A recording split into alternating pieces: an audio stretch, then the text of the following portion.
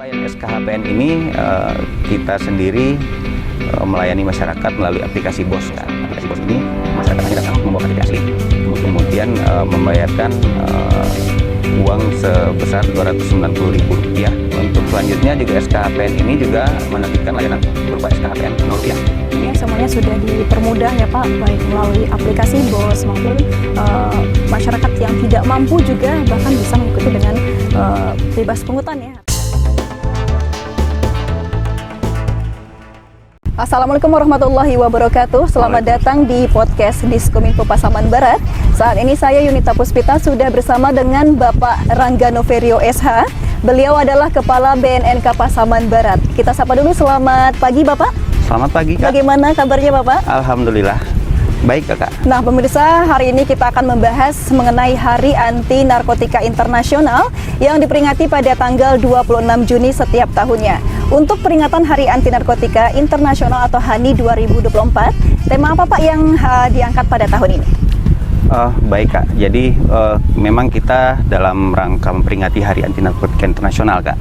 Jadi ini adalah peringatan yang memang diperingati oleh dunia internasional, bukan Indonesia saja, bukan Kabupaten Pasaman Barat saja. Ini adalah langkah-langkah kita bersama untuk memahami bahaya penyalahgunaan dan peredaran gelap narkotika. Baik. Dan ini di Indonesia itu tentu saja diprakarsai oleh BNNRI Kak, sebagai lembaga yang memang mempunyai kewenangan dan mempunyai tanggung jawab terhadap P4GN, pencegahan dan pemberantasan penyalahgunaan dan peredaran gelap narkotika. Baik. Nah, untuk temanya kali ini pada tahun ini adalah masyarakat bergerak bersama melawan narkoba menuju Indonesia bersih narkoba Kak.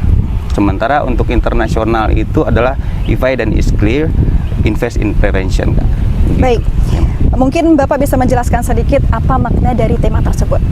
Maknanya adalah masyarakat bergerak bersama itu adalah kita sama-sama tahu Kak, sekarang kita sadari bahwasanya permasalahan narkotika itu bukan hanya permasalahan yang harus ditangani oleh aparat penegak hukum. Baik. Oleh aparat yang punya kewenangan terhadap narkotika itu sendiri. Namun demikian kami harus merangkul OPD-OPD, masyarakat, lembaga pendidikan, swasta Kak, dan lain-lain. Kita harus bergerak bersama, bersinergis untuk mewujudkan masyarakat yang bebas dari penyalahgunaan dan peredaran gelap narkotika. Untuk itulah yang dijadikan tema HANI pada tahun ini Kak. Begitu. Berarti peran dari semua pihak itu diperlukan ya Pak ya, atau sinergi dari semua pihak?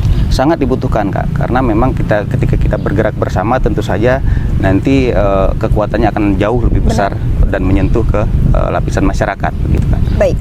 Setelah kita membahas tentang HANI tahun 2024, masyarakat kita masih banyak yang belum terlalu paham mengenai program-program yang ada di BNNK. Bisa Bapak bantu jelaskan? Baik, jadi gitu Kak. Jadi ini memang pertanyaan dari masyarakat Kak. Memang pertanyaan yang umum di masyarakat bahwasanya BNN itu hanya penangkapan saja. Betul. Hanya penegakan hukum saja, mengurus bandar saja, hanya mengurus pengedar saja. Namun demikian kita harus memberitahukan kepada masyarakat bahwasanya BNN itu mempunyai 3 pilar Kak.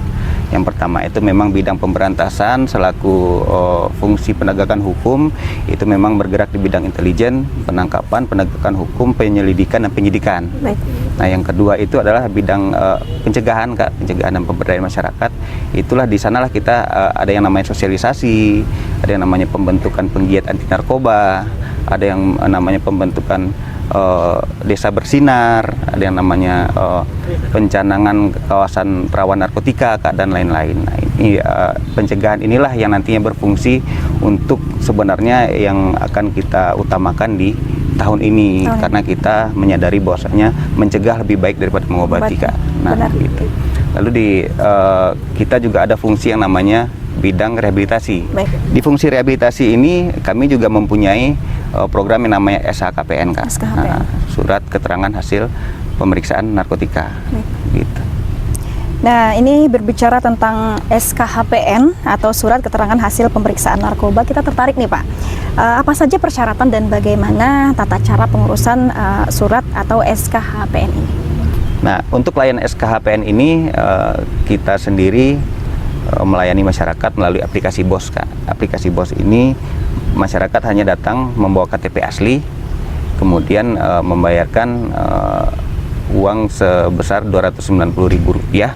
ke rekening yang sudah ditentukan, Kak. Ini memang berdasarkan peraturan pemerintah nomor 19 tahun 2020 tentang jenis dan tarif penerimaan bukan pajak. Nah, biaya tersebut dapat dibayar melalui kantor pos ataupun aplikasi Brimo.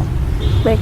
Nah, untuk selanjutnya juga SKHPN ini juga menerbitkan layanan berupa SKHPN 0 rupiah.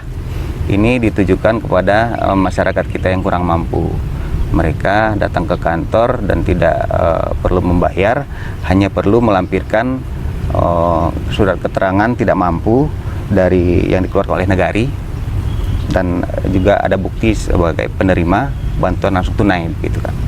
Baik, sebenarnya semuanya sudah dipermudah ya Pak, baik melalui aplikasi BOS maupun masyarakat yang tidak mampu juga bahkan bisa mengikuti dengan bebas pungutan ya atau Betul. Hal ini adalah bentuk pelayanan BNN KA Pasaman Barat kepada masyarakat dalam hal penerbitan surat bebas narkotika. Baik. Ini gunanya adalah untuk berbagai macam keperluan, yang salah satunya adalah mencari pekerjaan. Berbicara mengenai narkoba Pak, tentu banyak dampak atau sangat berbahaya ya Pak ya, dan ditakuti oleh masyarakat kita semua. Untuk Kabupaten Pasaman Barat sendiri, strategi apa yang sebaiknya digunakan oleh BNNK Pasaman Barat dan pemerintah daerah Pasaman Barat dalam memerangi peredaran dan penyalahgunaan narkoba saat ini? Kami menyadari, Kak, yang namanya permasalahan narkotika, mau penyalahgunaan, mau peredaran gelap, memang harus ditangani secara bersama, Kak. Baik. Jadi memang kami memang lagi giat-giatnya menggandeng stakeholder terkait.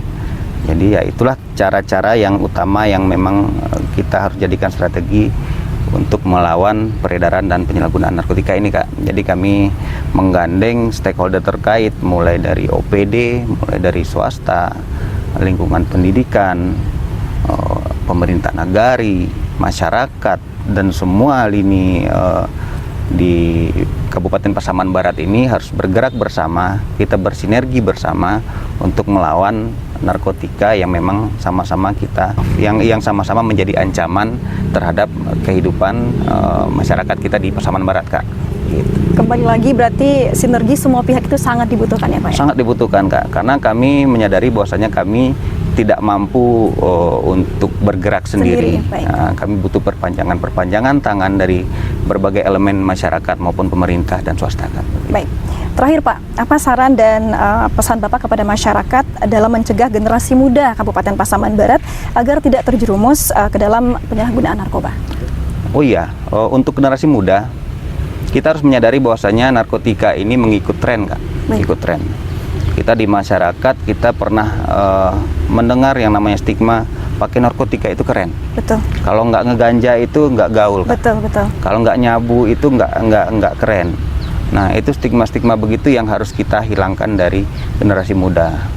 Nah, kita juga harus menyadari bahwasanya narkotika ini cara penyebarannya, cara penjualannya, cara peredaran gelapnya itu juga mengikuti tren-tren masyarakat. Sekarang itu juga narkotika sudah dijual di media-media sosial, Kak, di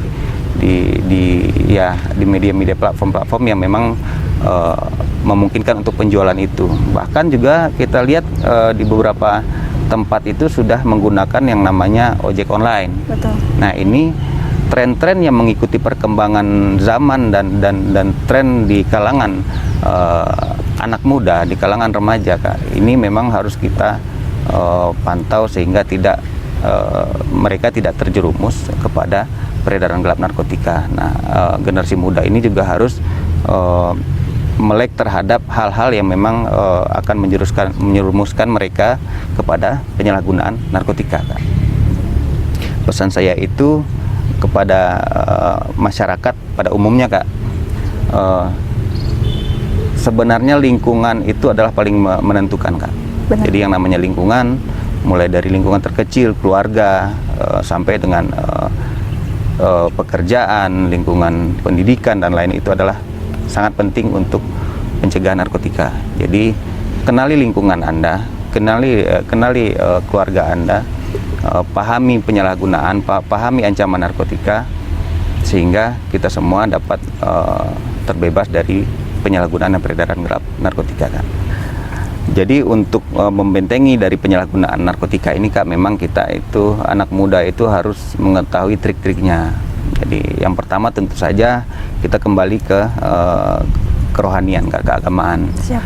Kita harus menciptakan lingkungan yang memang taat kepada agama, Kak, rajin beribadah, dan juga nantinya trik-trik yang lain adalah tekuni hobi masing-masing. Selama itu positif, kita akan mendukung, Kak. Betul. Dan pastinya akan berkembang, mereka akan berkembang sesuai dengan keinginan kita, Kak.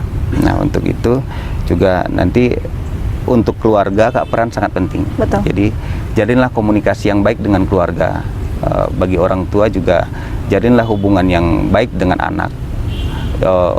Pantau pergaulannya, arahkan mereka sehingga mereka itu tidak terjerumus kepada hal-hal yang membawa mereka kepada penyalahgunaan narkotika, Kak. Karena lingkungan paling utama, Kak.